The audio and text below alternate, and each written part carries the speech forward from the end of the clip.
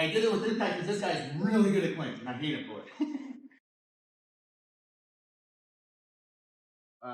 Jiu-jitsu is fighting for takedowns from more of the upright position. This like bleeds in a little bit more if you have MMA background or Muay Thai background, okay? Because you're going to be fighting from upright position. You don't want to always expose your face to the knee, okay? Or else you look like this. No one wants that. We start out in this kind of position, right? One, the inside track. And I'm trying to pummel to the inside, trying to get chest to chest or throat. A lot of times, they're not going to let me get this deep and throw, right? How many times have anybody who's had wrestling fully gotten that deep, deep, deep underhook with someone that knows what they're doing? Pretty difficult to do, right? Okay, so a lot of times we bargain.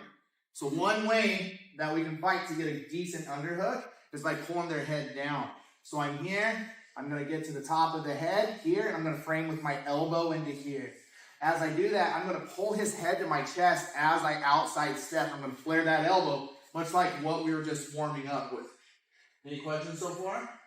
As I do that, boom, my hand comes up, and I'm going to make my connection here. All right? My goal is to get his nose into my armpit crease. Boom, I'm keeping him here, and I like to look over his head. That allows me to see, make sure that I have his posture broken where I want it. These movements won't work if he stays up. If he can get his chest back up here, I can't turn it. So I have to make sure I win this position and I'm pulling him in here. A lot of times people focus too much on maintaining the position with the high side arm with that underhook. It's a combination of both. Once I make my connection, this elbow needs to be merging to or kind of weld to my side. Nice and tight. Bang. Okay? So I'm here from the inside.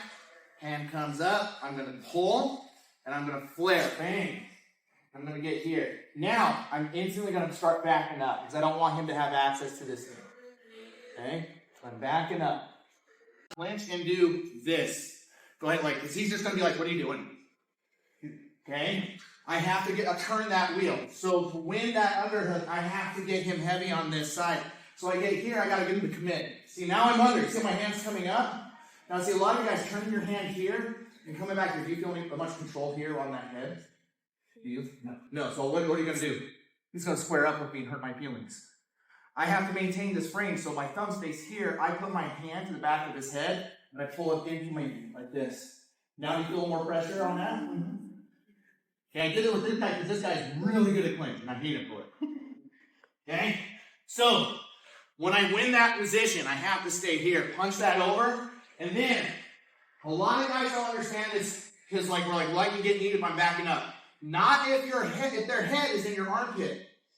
Okay? So if I'm here, I have my frame here, and I'm here, and I'm backing up, try to knee me. Oh, my neck. Okay?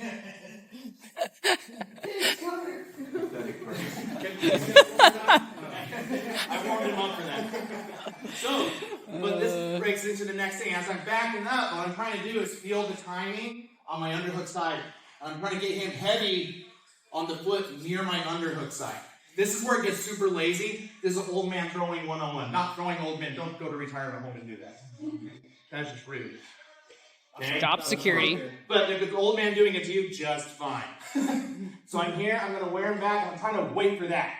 You can feel it when he plants it. That's what I want. So now I'm going to switch my feet, boom, boom, and I'm still pulling his head into my armpit. Okay? Lazy throw 101. I'm not on testosterone like all of you. Okay? I'm not calling anybody out on purpose. All right? I want names. Okay? But notice, I don't have to work hard for that one. I wait for that to settle.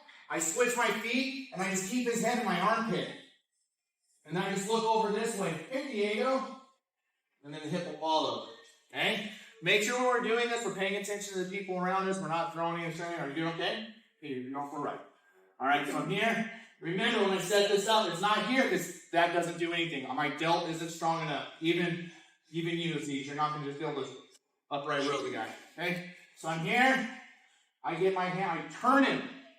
That hand comes up, and I keep his head here.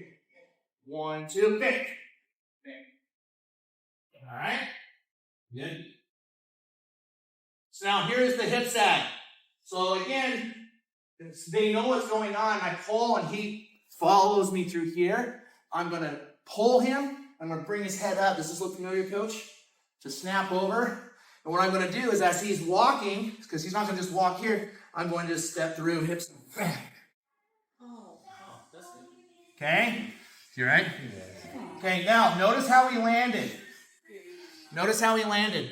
I want him to land perpendicular to me. If he lands out here, like walk your feet. If I land here, now he can just frame and sit up, right? He can just roll me. That's one reason why you can hip sag. I step away from him, right? Because as I come here, boom, I go here, I step away. And I'm just coming down on him. Now, there's two ways to do it, all right? Okay, now once I get here, I don't want to stay here either. I'm going to use my heel. I get low on him. Oh, there's a, will you come get here? If he tries to frame on your chin, pass the buck. Dean Lister versus Josh Barnett. Great finish. Okay? Now, if you're afraid of being taken down with the outside step, luckily for you, as you come through, I can actually be a little bit lazier and wait for him. And then I'm going to hip sag under him here. Okay? And I can go here, but notice what I'm going to have to beat right away. So it's easier to set down. So when you're practicing it with your buddy, I'm here, I punch, I get him heavy, and I'm just going to lay down, and I put my hands down for now. Notice I'm not trying to hold on to me, okay? Much nicer. Yeah, much nicer. So now you're going to come into here, right? And then immediately, I don't want to stay high, right? Fentanyl kills. So I'm going to go here. Bang. Nice and low and crank up. Got it?